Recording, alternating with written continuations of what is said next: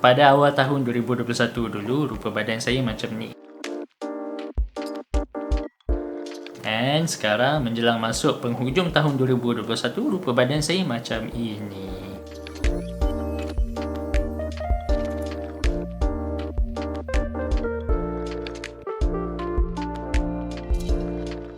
So, saya tahu apa yang you guys tengah fikir. You guys mesti tertanya-tanya, bro, apa yang terjadi? What happened? Pada awal tahun 2021 dulu, I would like to clarify yang masa tu memang saya tengah konsisten dengan saya punya workout. Saya workout sekitar 3 hingga 5 kali seminggu. Also dari segi pemakanan, saya jaga makan saya. Tak adalah nak kata 100% clean. Most of the time, saya akan makan masakan yang saya masak sendiri.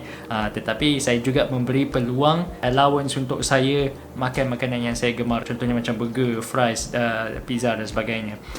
So saya control pemakanan saya masa tu, dan benda tu saya berjaya control dan konsisten sehingga pertengahan tahun. Jadi apa yang berlaku pada pertengahan tahun, saya dan isteri bersiap sedia untuk menerima kelahiran anak baru kami. Yes, ini bukan anak pertama saya, ini anak ketiga. Jadi bermula daripada itu, saya punya fokus, saya punya prioriti dah beralih. Jadi ada banyak persiapan yang kena buat, ada banyak benda, banyak masa yang saya gunakan untuk melakukan benda-benda lain lah yang lebih penting. Jadi Alhamdulillah, tak lama kemudian isteri saya melahirkan anak ketiga kami dengan selamat. Kemudian masuklah fasa berpantang. Jadi sebagai bapa, saya kena banyak mengambil masa untuk menguruskan anak-anak saya yang 2 orang lagi ni, yang masih kecil lagi dan masih sangat dependent.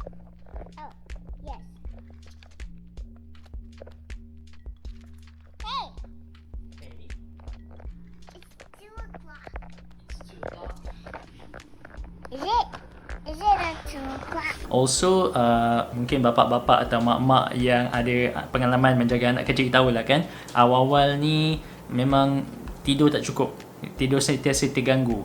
Kalau tak diganggu oleh baby yang kecil ni, mungkin diganggu oleh anak-anak kecil yang lain ni. Benda tu menyebabkan saya tak cukup rehat, and also masa saya pun dah tak cukup sebab saya menguruskan anak-anak ni. Jadi memang saya tak sempat untuk masak untuk diri saya ataupun keluarga saya. Kadang-kadang saya terpaksa beli makanan daripada luar. Tambahan pula, bila anak dan isteri saya tak habis makan, saya kena habiskan makanan diorang sebab tak elok bazir kan, betul tak? So in the end, tak cukup rehat, makan tak dijaga sangat, and also workout. Saya rasa saya tak dapat nak workout secara konsisten. Saya rasa secara average saya hanya dapat workout mungkin sekali sahaja seminggu. Jadi gabungkan ketiga-tiga faktor tu, akhirnya terjadilah rupa macam ni. Badan saya dia dah tak nampak macam dulu.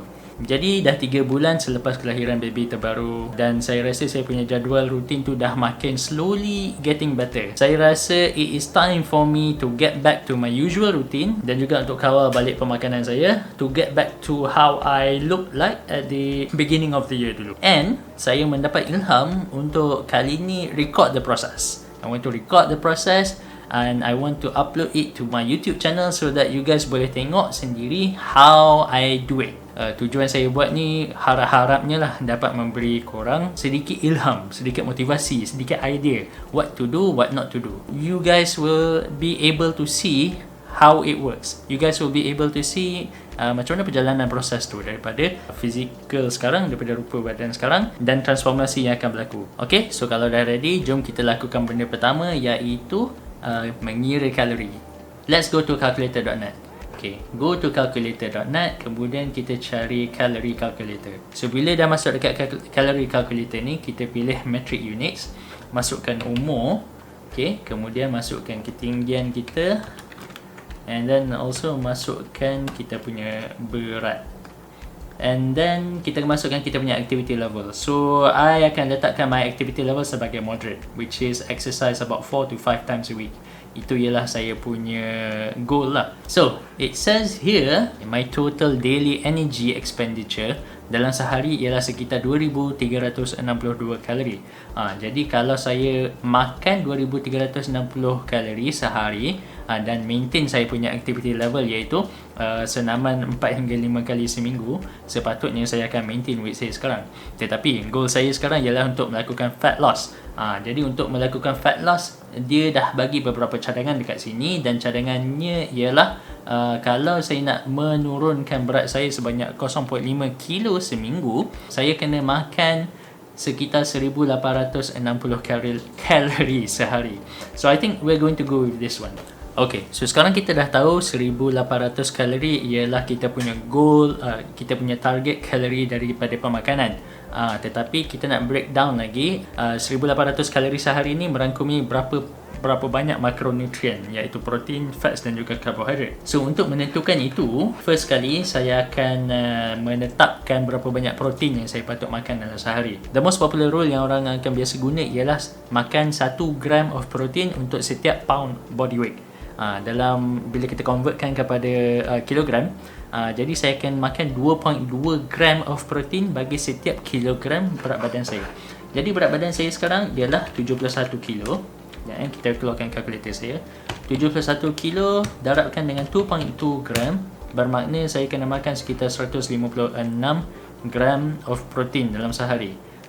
Untuk memudahkan pengiraan, saya letakkan sebagai 150 gram lah. It doesn't have to be that accurate. Okay, kita boleh main dengan numbers. So 150 gram of protein akan memberikan saya 600 kalori. Okay, jadi ingat ya, saya punya target kalori ialah 1800. So bila saya makan 600 kalori protein, maknanya baki kalori yang saya patut makan daripada sumber karbohidrat dan fat ialah 1200. Next, I am also going to limit my fat intake kepada sekitar 60 gram of fat. 60 gram of lemak kali dengan 9 kalori, sebab setiap gram lemak bersamaan dengan 9 kalori ialah 540 kalori. Okay, so 540 kalori campur dengan 600 kalori daripada protein tadi, bermakna 1140 kalori dah digunakan daripada kita punya kalori reserve tadi.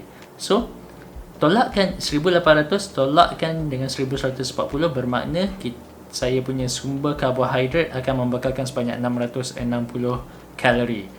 Kalau bagikan dengan 4, bermakna saya kena makan sekitar 160 gram of karbohidrat dalam sehari. Saya dah tetapkan berapa gram protein, carbs dan juga fat saya kena makan, also berapa target kalori yang saya kena makan dalam sehari. Kemudian saya akan gabungkan kalori pemakanan saya itu dengan melakukan senaman. Saya akan melakukan resistance training. Also, saya kena cuba targetkan untuk mendapatkan tidur sekurang-kurangnya 6 hingga 8 jam seharian. Dan saya just kena konsisten. Jom kita letak target. Saya rasa saya nak letak target 60 hari. Okay, so kita dah ada plan dah.